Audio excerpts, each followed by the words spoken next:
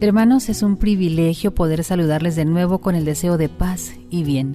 En este sexto domingo de Pascua nos reunimos una vez más alrededor de la palabra del Señor, dejándonos alcanzar por esa presencia viva de Cristo resucitado que consuela, que sostiene y renueva el corazón humano con la fuerza de su Espíritu. Y en este día en que celebramos también el don de las madres, elevamos una acción de gracias por aquellas mujeres que, con amor silencioso, con paciencia cotidiana y con entrega generosa, reflejan entre nosotros algo de la ternura providente de Dios. Que María, Madre del Señor y Madre nuestra, acompañe de manera especial a todas las madres, que las fortalezca en su vocación y las sostenga con la paz que viene de Dios. Y cómo no recordar también con gratitud y esperanza cristiana a aquellas madres que han partido a la casa del Padre, confiando en que el Dios de la vida, que es rico en misericordia, les conceda el descanso eterno y la plenitud de su amor. Bienvenidos. Con los pies en la tierra y el alma en el cielo. Una mirada dominical a la palabra de Dios desde la sencillez, la fraternidad y el fuego del Espíritu Santo.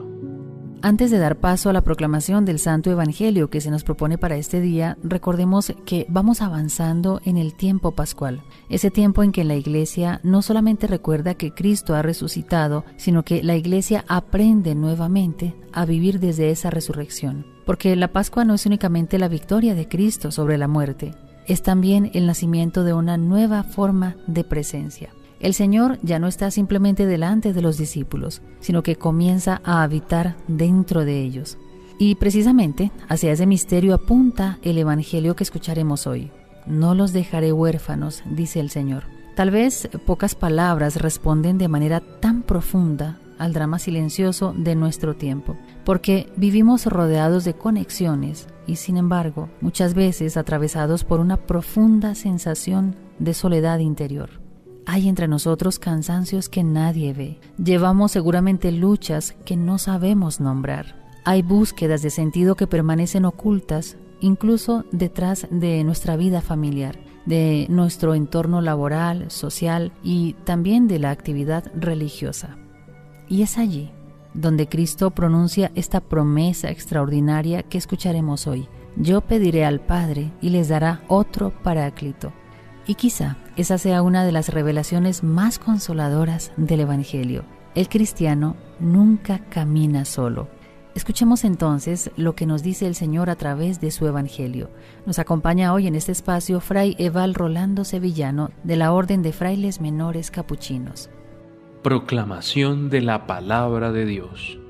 Lectura del Santo Evangelio según San Juan. En aquel tiempo dijo Jesús a sus discípulos: Si me aman, guardarán mis mandamientos, y yo le pediré al Padre que les dé otro Paráclito, que esté siempre con ustedes, el Espíritu de la verdad. El mundo no puede recibirlo, porque no lo ve ni lo conoce. Ustedes en cambio lo conocen, porque mora con ustedes y está en ustedes. No los dejaré huérfanos, volveré a ustedes. Dentro de poco, el mundo no me verá, pero ustedes me verán y vivirán, porque yo sigo viviendo. Entonces sabrán que yo estoy en mi Padre, y ustedes en mí, y yo en ustedes. El que acepta mis mandamientos y los guarda, ese me ama. Y el que me ama será amado por mi Padre, y yo también lo amaré y me manifestaré a él. Palabra del Señor. Gloria a ti, Señor Jesús. El Evangelio de este domingo forma parte nuevamente del gran discurso de despedida en el Evangelio de San Juan. Jesús habla en la víspera de su pasión. Sus palabras tienen el peso espiritual de quien ama hasta el extremo y prepara a los suyos para atravesar la noche. Y resulta profundamente significativo que en este contexto el Señor no centre la atención en su propio sufrimiento, sino en la fragilidad de los discípulos. No los dejaré huérfanos, dice. La orfandad de la que habla Cristo no es solamente afectiva, es espiritual. El ser humano queda huérfano cuando pierde el sentido de su origen y de su destino.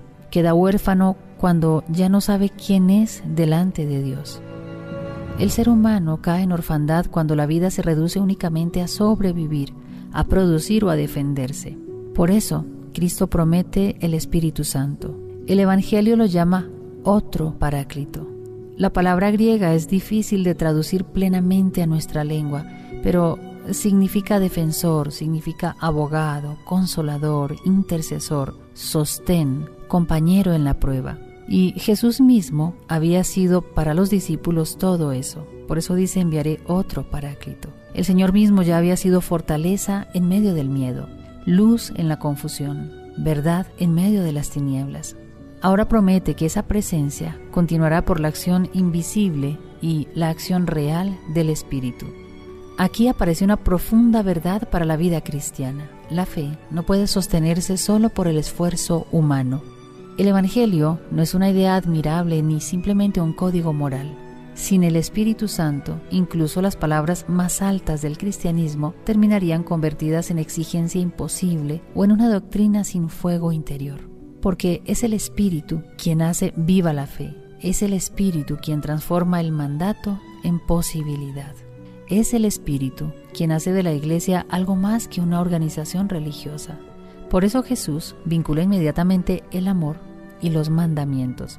Si me aman, dice, guardarán mis mandamientos. Y no se trata solamente de una obediencia exterior ni de un cumplimiento frío. Es importante recordar que en el Evangelio de Juan, guardar la palabra significa custodiarla dentro de la existencia. Significa permitir que configure la vida. Y aquí se comprende algo profundamente importante. El cristianismo no comienza con una norma, sino con una presencia amada. Primero está Cristo. Luego nace la obediencia del amor. Cuando el amor desaparece, los mandamientos pueden convertirse en una carga. Pero cuando el corazón ha sido tocado por Dios, incluso la renuncia adquiere sentido. La tradición de la Iglesia ha insistido muchas veces en esto. La vida cristiana no nace simplemente de una decisión ética, sino del encuentro con una persona viva que transforma la existencia desde el corazón mismo del ser humano. Y precisamente el Espíritu Santo realiza ese encuentro continuamente en el corazón del creyente.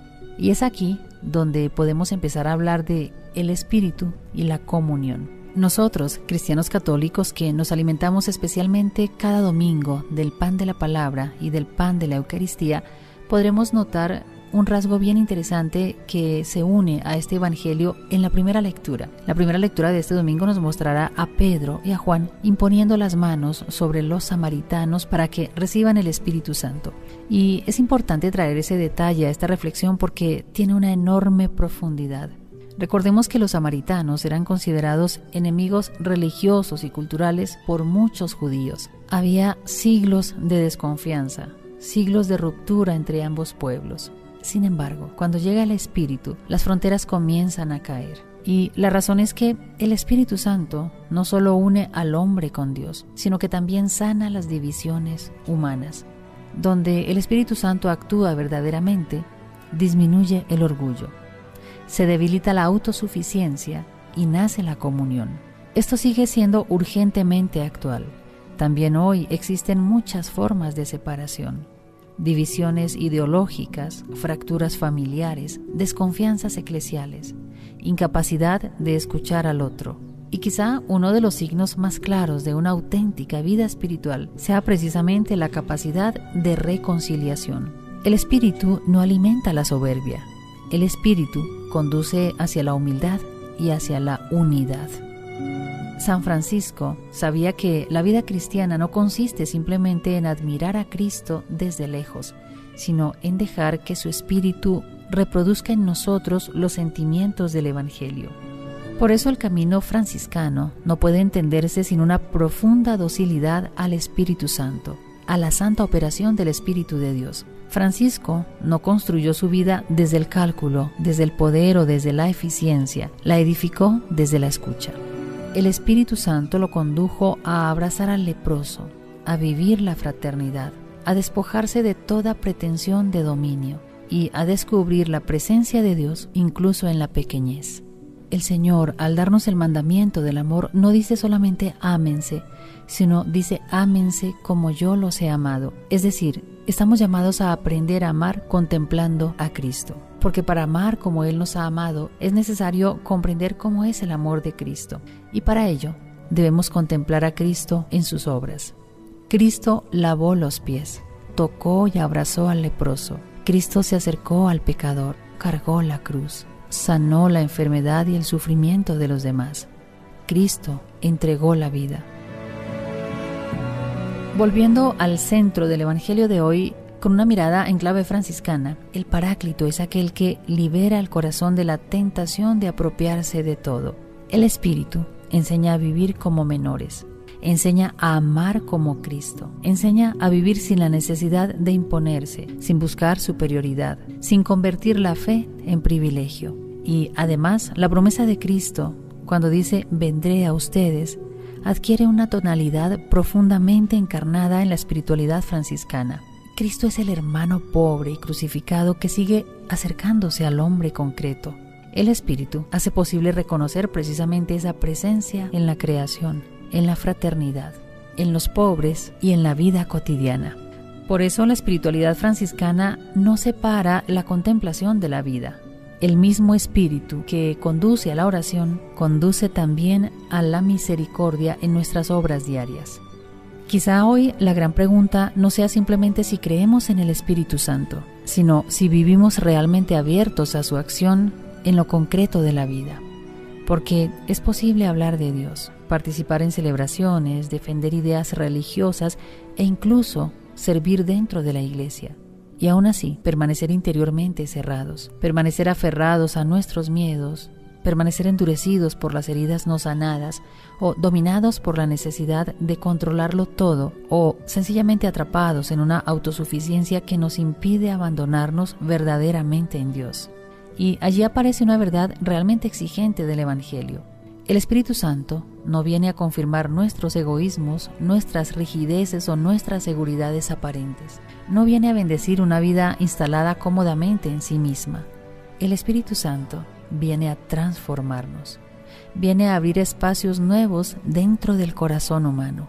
Hermanos, a veces quisiéramos que Dios actuara resolviendo inmediatamente nuestros problemas. A veces queremos que el Señor actúe eliminando toda incertidumbre o respondiendo de manera instantánea a todas nuestras preguntas. Pero el modo de obrar del Espíritu suele ser más profundo y más discreto. Muchas veces actúa silenciosamente, sosteniendo a aquel que estaba a punto de rendirse, dando paciencia en medio de una situación difícil. El Espíritu Santo actúa haciendo posible el perdón cuando parecía imposible. Actúa corrigiendo interiormente nuestras actitudes. Actúa rompiendo lentamente nuestro orgullo o dándonos la fuerza para permanecer fieles cuando todo invita al cansancio o invita a la huida. El Espíritu no siempre cambia las circunstancias de un día para otro, pero sí puede transformar la manera de atravesarlas. No siempre elimina la tormenta, pero evita que el corazón se hunda en ella. Y quizá aquí el Evangelio toca una de las experiencias más profundas del ser humano contemporáneo: el miedo al abandono, la sensación de soledad interior, el cansancio de tener que sostenerlo todo por sí mismo. Frente a eso, Cristo pronuncia una promesa que sigue teniendo fuerza hoy. No los dejaré huérfanos, es decir, no caminarán solos. No serán abandonados a sus propias fuerzas. No tendrán que sostener la vida únicamente con su capacidad humana. El Espíritu Santo es precisamente la presencia de Dios que permanece cuando nuestras fuerzas se agotan. Tal vez hoy sea esa la palabra que más necesitamos escuchar. Elevemos nuestro corazón y digamos: Señor Jesús, tú conoces nuestras luchas interiores, nuestros cansancios ocultos y nuestras búsquedas más profundas. Gracias porque no nos dejas solos.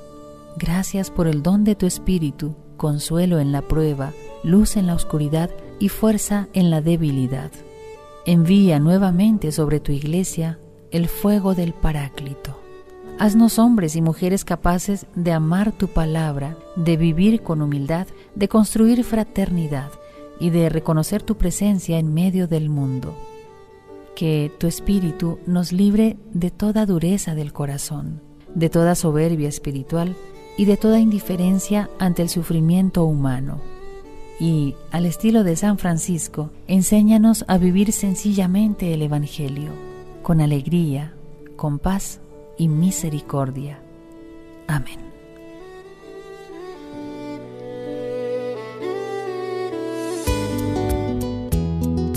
En este día especial damos gracias por la maternidad amorosa, dulce y tierna de María, nuestra Madre y Madre del Señor. Y damos gracias también por todas las madres, por las que acompañan con ternura, por las que oran en silencio, por las que sostienen la fe en los hogares, por las que ya partieron a la casa del Padre y también por aquellas mujeres que desde la vida consagrada, desde el servicio, la educación o la entrega cotidiana, ejercen una verdadera maternidad espiritual. Que María, Madre del Buen Pastor, las cubra con su intercesión y les enseñe a vivir siempre abiertas al Espíritu Santo, ese don que nunca abandona y que hace nuevas todas las cosas. Hermanos, en este domingo Cristo nos deja una certeza que atraviesa el tiempo y sostiene la esperanza. No estamos solos. Aún en medio de las incertidumbres, de las pruebas y de las noches interiores, el Señor sigue viniendo a nosotros por la fuerza de su Espíritu. El mundo muchas veces produce cansancio y dispersión. El Espíritu, en cambio, reúne, fortalece y da vida. Que durante estos días el Señor nos permita aprender a vivir desde esa presencia. Que no reduzcamos la fe a costumbre ni el Evangelio a teoría. Y que podamos caminar cada día sostenidos por el Paráclito, el defensor prometido por Cristo. Nos encontramos, si Dios lo permite, el próximo domingo en este espacio. Paz y bien.